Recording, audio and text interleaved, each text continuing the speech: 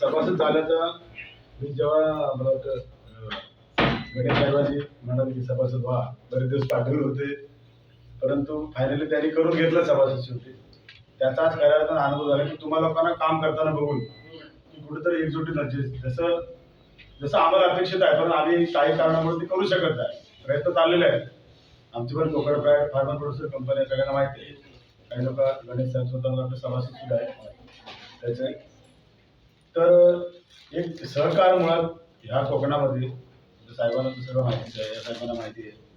आपल्याला सगळं राजकारणाने फक्त आश्वासनं दिली, पण एवढ्या मोठी फार्मर प्रोड्युसर कंपनी हा प्रोजेक्ट जर गव्हर्नमेंटचा आहे, मला वाटतं पहिल्यांदाच या 2-4 वर्षामध्ये या लांजामध्ये आला. तुमच्यापासून प्रेरणा घेऊन इतर लोकांनी पण तो आणला आणि काही लोक यशस्वी झाले, काही लोक प्रयत्नशील आहेत, काही लोक पाठी पण त्याच्यामध्ये पडले. सहकार ही गोष्ट मी एक बघितली एका गावामध्ये. मला आता सांगू शकत मी कोणाला बोललो नाही. चांदूरमध्ये गेलो रत्नागिरी, तुम्हाला माहिती असेल.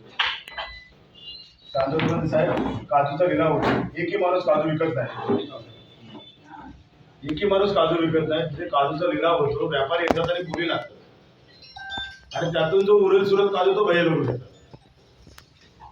म्हणजे नुसतं काजूवरच नाही तर बोंडावरती पण प्रक्रिया होते. एक बोंड पण टाकत नाही तिथे आणि पडलेल्या बोंडासोबत काजू काढतात. म्हणजे आपण म्हणतो सहकार इकडे आपल्याकडे, पण काही लोकांनी तो ठेवलाय, रुजवलाय. फक्त आपल्याला तो लोकांपर्यंत अशी जर लोक आली तर आम्हाला पण जरा मजा वाटेल ते काम करायला.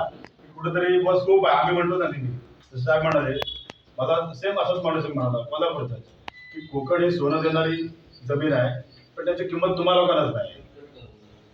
तर त्यासाठी आपल्या संचालक मंडळाचे मी मनपूर्वक आभार मानतो की आपण या लांजा तालुक्याला पुढे नेण्यासाठी प्रयत्नशील आहात. आमचं सहकार्य तुम्हाला राहिलंच. आम्हाला जसं जेव्हा सहकार्य लागेल तेव्हा आपण नक्कीच कराल. असे आणि एवढं बोलून मी थांबतो. आपण सर्वांना आपल्या भागावर